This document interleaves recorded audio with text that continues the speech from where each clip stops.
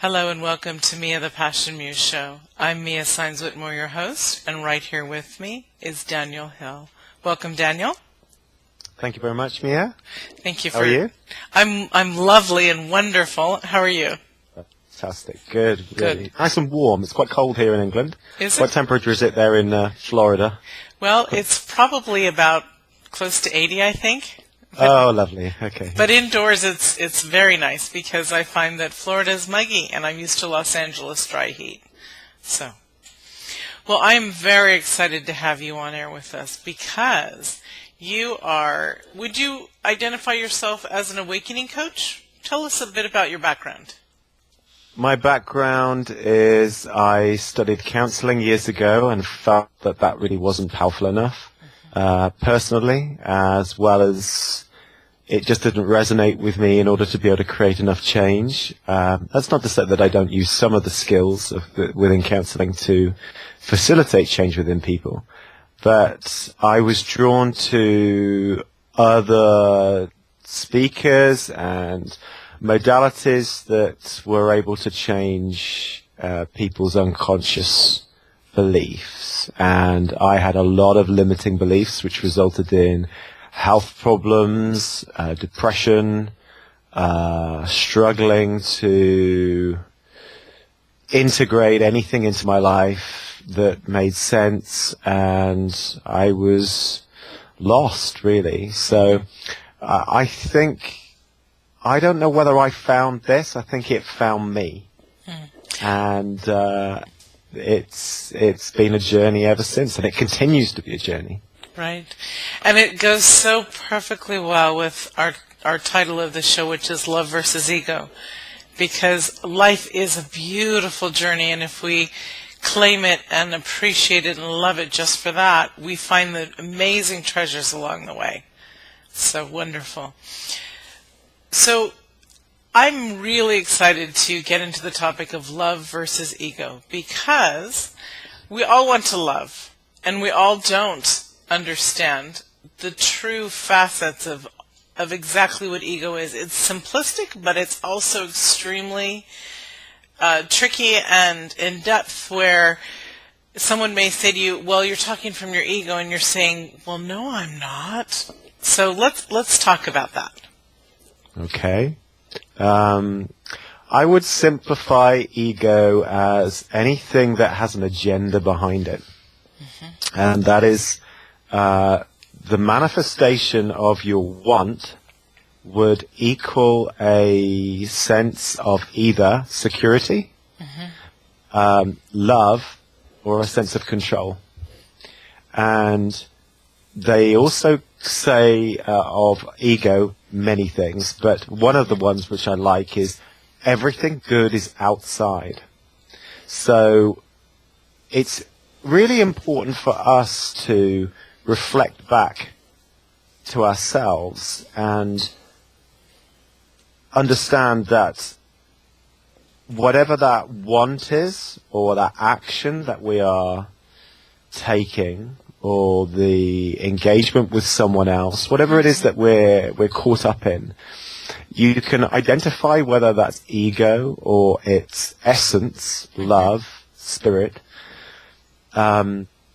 by self-reflection and understanding whether there is an agenda behind it, mm-hmm. or whether you are just doing it for the sake of being a vehicle of love, mm-hmm. as opposed to a human being, mm-hmm. that wants to get something in order to, when it gets something, then it can be. It doesn't have an agenda. It has no mm-hmm. destination. It has no outcome that it particularly is attached to. It is very, very tricky, because people know me as the Passion Muse, and they also know me, and I'm getting a little personal here, but they know me as the Love Guru. In Santa Monica, I've been called that. Hey, I've been reading your stuff, you're the Love Guru. And which makes me giggle, because I feel like some kind of a chic hippie or something, you know. But the point is I do love so much and want to be loving, and well, not want to be, because I am. But I find at times when I'm frustrated, say, in a relationship, I guess ego takes over. And so I've been battling with that the last several months. Am I coming unconditionally? Am I coming from ego? So it's so much more complicated in respect than just the average.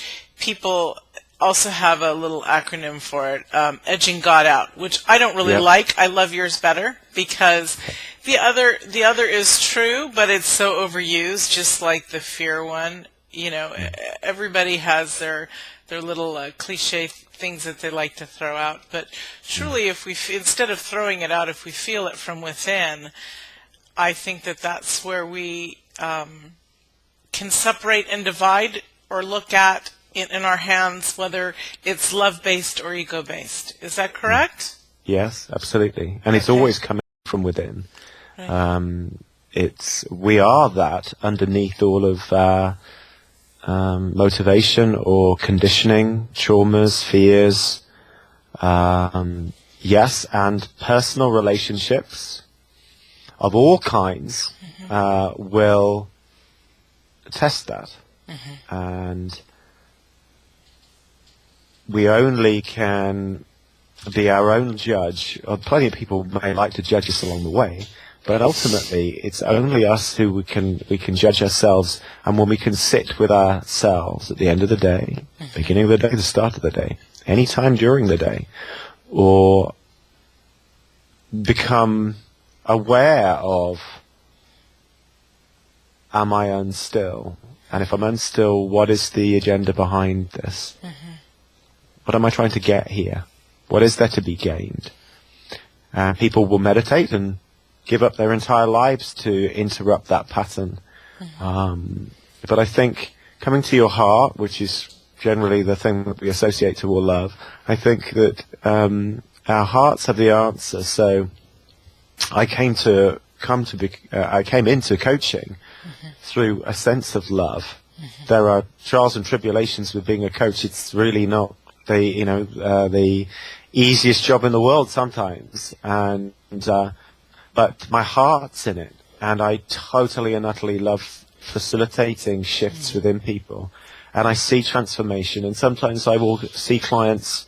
I mean, I've got a client who's coming to see me who's had 4 years of psychotherapy, and I ask them to write me a peace list before they come and see me, because then we've got an idea of what we're going to work with, and how much unstillness is inside of her, and there's an abundance, and consciously talking about it hasn't helped her. That's her interpretation, and I respect counseling and psychotherapy. I think everything has its place, but I probably could have done quite well as a counselor and psychotherapist if I ventured further into that. But my heart wasn't in it. And my heart wasn't into listening to people talk about their issues over and over and over and over again, almost re-traumatizing themselves. Exactly. As opposed to guiding them out of it and facilitating the shift from ego to essence, who they are. And a lot of people don't have any idea what that is. I certainly didn't before I started this journey. And you don't even have to have that awareness. It can just be another way of gaining a deeper sense of peace. And that agenda of wanting to get to be, you can continue, but I call it heading east looking for a sunset. You can have the greatest will in the world, and you can keep going east and going, I'm gonna find my sunset. But oh no, I keep finding a sunrise every day. But I'm gonna keep confident, and I'm gonna, hold some new agey belief system, and sort of, if I really believe the sunset, it's gonna rise. It's gonna be there. Sorry, it's gonna descend in the east. It will, because I'll give it there. But there's a fundamental law of the universe. Well, certainly the law of Earth, the sun rises in the east and it sets in the west. And it's the same as there is a fundamental law of the universe of what you put out is what you get back. And the ego is always unstill and looking for something outside of itself. And if you're continually looking outside of yourself, you're constantly putting out lack. And if you put out lack, that's what you will get back. And that is just, it becomes almost common sense after a while. So the only person you can change, even though there might be chaos around in your world, and you might be in a relationship and I'm going to be coming from unconditional love right now, and I'm really going into unconditional love. And then ego comes in and sort of, I feel hurt, I feel not listened to, I feel this, I feel that, and the other. We have to keep coming back to ourselves and really ask like a simple question as what would love do now? Or find somebody who you believe is to be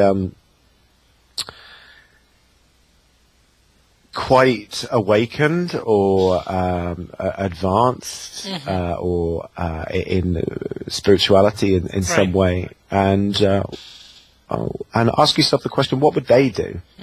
What would Yoda do next? I love how you brought up the difference between the type of coaching that you do, I do, others do, compared to psychology and things like that. I believe that they work, except for you really have to have a spiritually based psychotherapist in order to get into the next level above. I work with clients, I'm sure you do the same thing. I'll tell them, if you tell me one more time I need to fix you, we're not working together, because I'm not here to fix you. I'm here to help show you, guide you the way, but I can't fix you. There's nothing wrong with you.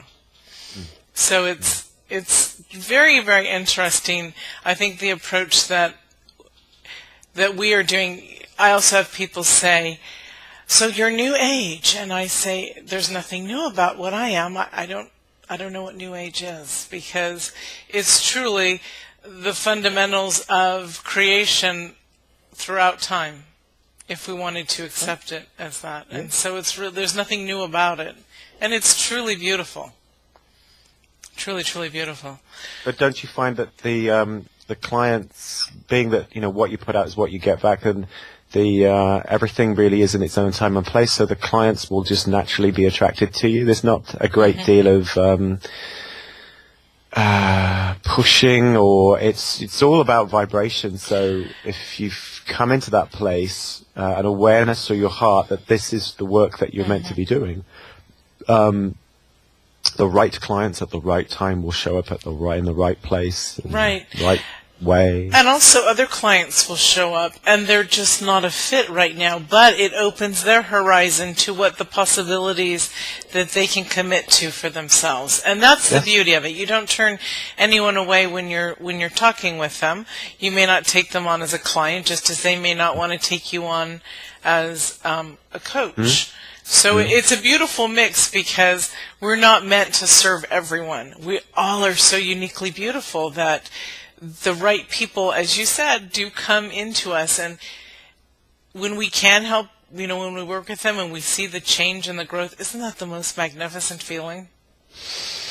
Yes. I've often had tears at the end of the day sometimes, and think, I've helped somebody there where they've had years of suffering, or they've had a significant breakthrough. And and that makes my heart really expand, and really opens my essence up, that I've been just a vehicle for that shift and that transformation. And often I keep in contact with a lot of my clients, and they'll send me emails 6 months on telling me great things that have happened, and I do get a lot of referrals as well, which is about heart again. Their heart is in it, and exactly. They'll see someone else suffering, and look, you've got to go and see this guy. Oh well, what does he do? What does he do? Well, specifically, what is he going to be doing? Right. And I wouldn't say that I was an awakening coach necessarily. I would just say I'm a coach. I'm also a hypnotherapist. I'm awake to something else other than my personality, other than Daniel Hill, who talks here and is male, and there's something else that I got in contact with. Right. But there are also, I think Carl Jung was particularly spiritual, and I believe he was a humanistic counselor. think I'd know more. Yes. But there was, he was, and there are other people as well. There's a book that came up on a Facebook post recently, and it's called In Case of Spiritual Emergency, and it's really that when people are having quite a lot of psychological problems, sometimes it really is an awakening of a spiritual self, that the ego's very lost and struggling to find sense in the world, rather like Neo in the Matrix. Life's just not quite right. It's just not really working anymore, and there becomes a search for peace and an understanding of how reality truly is, and how they can engage in reality in a more purposeful and loving and peaceful way, so they can get that back from reality. How would you explain, if someone asked you, I'll ask you. Okay. The human ego, period, there are benefits, there are some aspects that are beneficial. Uh-huh. How would you explain that to somebody seeking and searching and trying to separate the two? I really believe that this is the time in our history where it's groundbreaking between the separation of the divine and the ego part of us. I'm not entirely sure how to answer that. Give me your heart, baby. People generally never usually ask me that. As a client, people won't ask me that. Redefine that in a really simple way. All right. If you can. Yes. For me again, if you don't mind. All right. As we grow in our spirituality and our growth, and as we evolve, people tend to struggle with the concept of ego. They want to be ego-free, but yet we are spirit in a human body. Okay. And so we imbued both of them, whether we like it or not. We can shift away from ego to grace and to the divine, but there's still some aspects of it. If you can share more positive aspects of the ego, we all know that when we're throwing a complete fit and we're unloving and we're just having a fit and everything has to be about us, that's total ego. That is not beneficial in grace. That is not loving. That is not giving. And that is not following the divine. The ego has, on some level, helped humanity survive to get to this place. It is primarily concerned with I. Not we, it's I. And a spiritual shift would be going more to we. Now, the I is concerned with the self, and that is, if you break down the Enneagram, because I do Enneagram mentoring as well, and the Enneagram breaks down the ego into the 3 concepts or parts, which are love and approval, the seeking of love and approval, the seeking of security, and the seeking of control. So years ago, when we were even Neanderthal, if we were cast out from our pack, our society, and weren't approved on anymore, we would die. Right. It's a fundamental answer. Quite, it's. There's no beating around the bush. You would die. You had to be part of the pack, of the group, and you had to be approved of. And if you would either die quickly or you die slowly, and this happens with animals as well. So I think even lions, once they are, there's another more male, if it's a male, and there's a more dominant male, and he ousts the older lion out, the older lion has to put his tail between his legs and he has to go off, and he'll go off to die. So you have that. Security.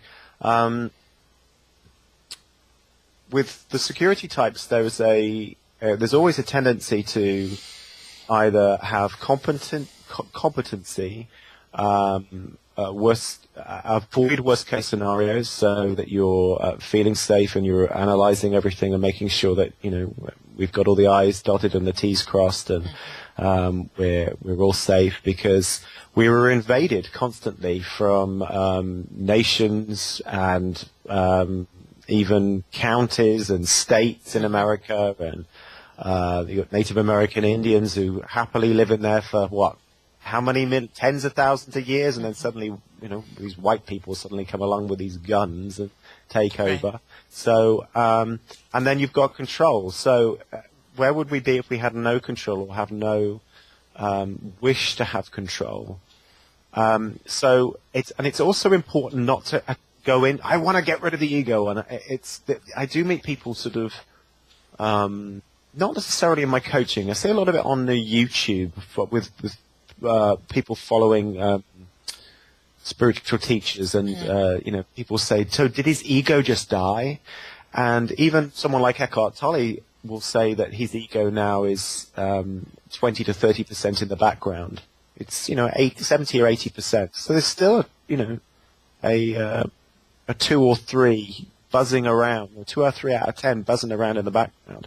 But he's just got more awareness of his essence, spiritual stuff, and that you end up paying more attention to that, and eventually begin to understand that listening to that more than the ego that has an agenda will benefit you so much more than the pain that you will receive by following an egoic, never-ending wanting to get to be, the postponing of happiness. Right. It's just not there. And it's really from millennia of conditioning, trauma, the belief that we are separate, that we aren't part of oneness, we're not part of a whole, and we've come through various dimensions and ages, and there is the awareness by certain people saying that this is a new age, whether it is, whether it isn't. I certainly believe it is, but who cares? We're just where we are. And I think humanity is waking up and becoming more unified. I was in Mexico recently, and I was reading up on the Mayans, that the one of the prophecies that they had was the unity of humankind. And it said, as the things of the world begin to break down, the things of the spirit begin to gather us together. And it's our returning to nature and our fundamental essence which will unite us all. I mean, a little simple example is the miners in Chile. Suddenly the whole world is concerned about these miners in Chile. I mean, why would you be bothered about that particularly? But no, we feel it. Why? Because we feel it from our hearts. We have telethons and all different types of things that are happening, and it's more of a global village now than it ever has been. Absolutely. Us 7 billion people, that we begin to care more.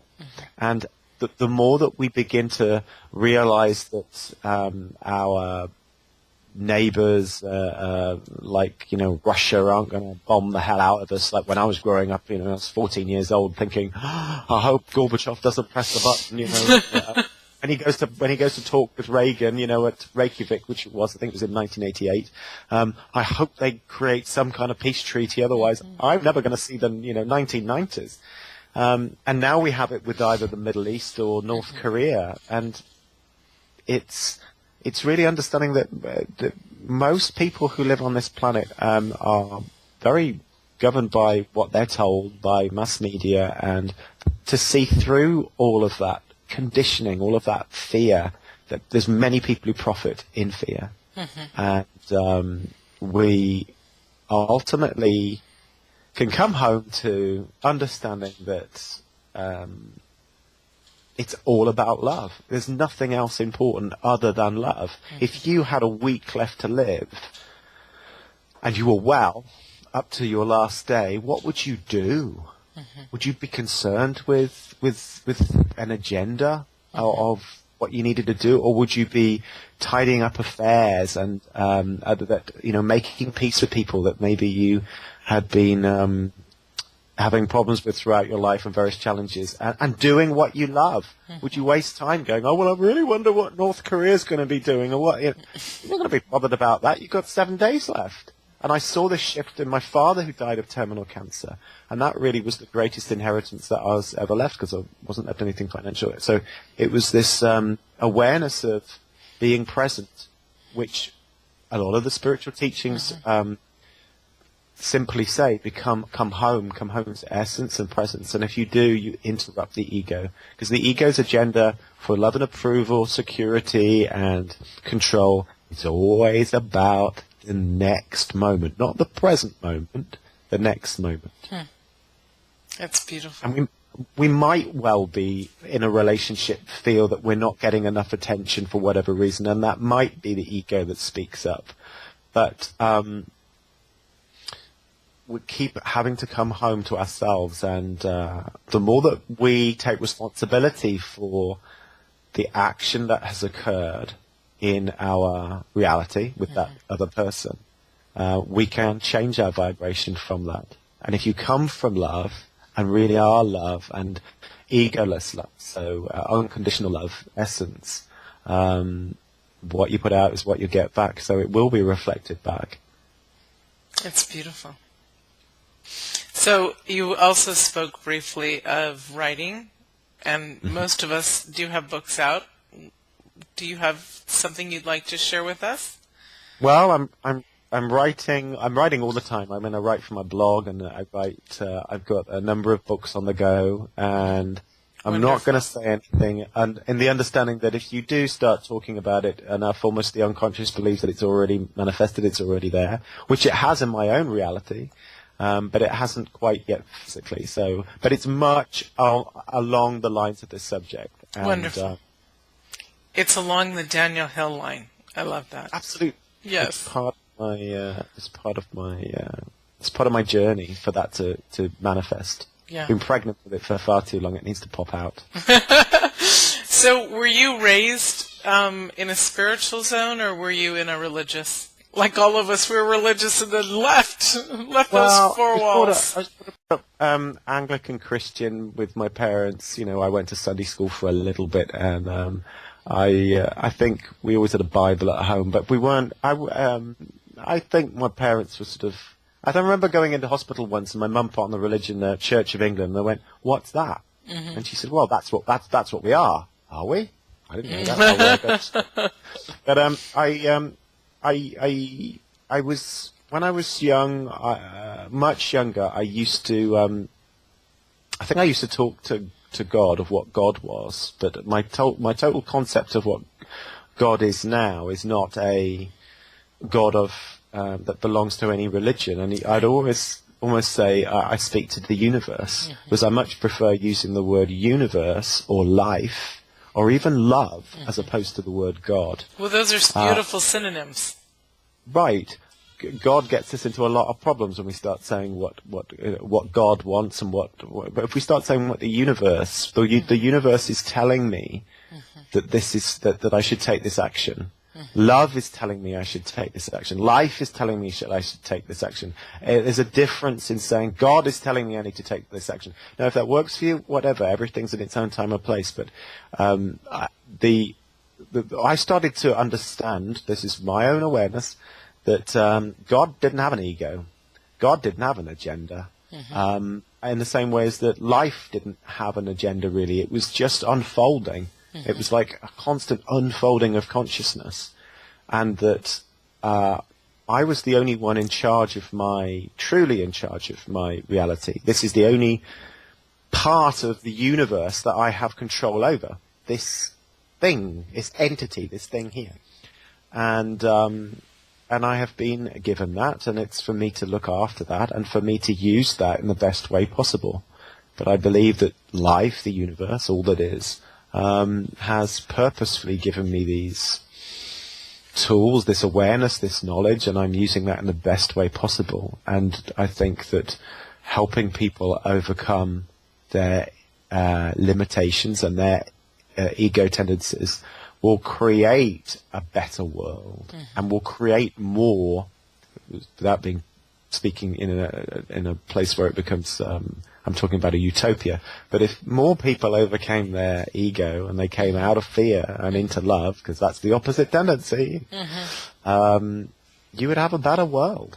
Look how much money would be saved in defense. And people, we know that a great deal of illness, disease, which is unease, how much money's made by the pharmaceutical industry. So right. you've got savings everywhere. If Tesla hadn't been prohibited from making free energy, we'd all be, driving cars on water, and we wouldn't be paying gas and electric and goodness knows what. And that's all ego. That's all part of, right. but it's part of our evolution. And it's only about coming home to your personal responsibility of, am I going to continue to carry on in this won't get the agenda egoic life, or am I going to truly get in touch with why I'm really here and why what's this all about? Right. Why am I here? Do I have purpose? And yes, I believe you do, and I believe that is to create a better world. That's beautiful. And I love that, because if we do come from love, then we are creating a better place. Absolutely. You can't not. Yeah, what you put out is what you get back. And if you create that change, I don't know what, I think it's the 1%, the 1% square root of the population to create change. And also what I found is that a lot of people who come to an awakening that, oh my goodness, I've been trapped in this egoic agenda, in this hypnosis of fear, and really it's all about love. It's all about evolving and everything. And then what can happen is that they come to an awakening, and then they paradoxically go into ego about other people's ego.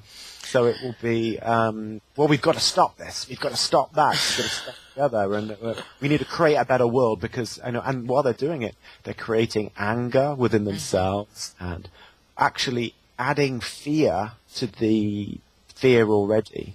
And I don't necessarily believe in that you just sit there and meditate and be with it all. If that's what your heart says that you should do, then do so. But whatever action that you're taking, do it with love and compassion, and do it with peace, and do it with the awareness of that the outcome that you wish to experience has already occurred. So if you are wishing for all human beings to transcend and come to a sense of awakening, do it from that place as if it's already happened. That's because beautiful. if you do, you are going to be putting out so much less fear into the world. You can still create change from love and from peace. And many of the leaders and awakened teachers and facilitators of all different types of movements have done that, whether it's Gandhi or is it Aung San Lee in geography's beyond me. Right, I know where it is. In Asia? Pardon? In Asia. In Asia. It's not Korea. We'll give it a bigger space. In Asia. Yeah, I can't remember. Forgive me, but people That's will know right. what I'm talking about. And she's created Burma, and she's created change in there, not through peace Yeah. and love, and understanding what it is, not just manifesting, or not just listening and spitting back out to the world exactly what you hear, but when you take it in and understand it and then share it with the world, it becomes you, it becomes real, it becomes true. There are so many people who just hear the message and talk like puppets. And when you actually embrace the concept that this is if you love it and you embrace it, you don't just listen to it a million times to mimic someone else. You have to let it go through your heart and out that way. That's just a message that's extremely important. And we're out of time, but I would love to have you back to talk about NLP. I'd love to come back. And I also believe that we can pick up from where we're talking about our true intention of creating completeness within ourselves so that we can actually be who we are, love, and not just spouting words from someone else. So thank you, Daniel Hill, for joining us from the UK and the USA together. We brought to you this show, and we will get together again and do this again. Thank you. Excellent. Thank you, Mia. We'll see you next time. Bye.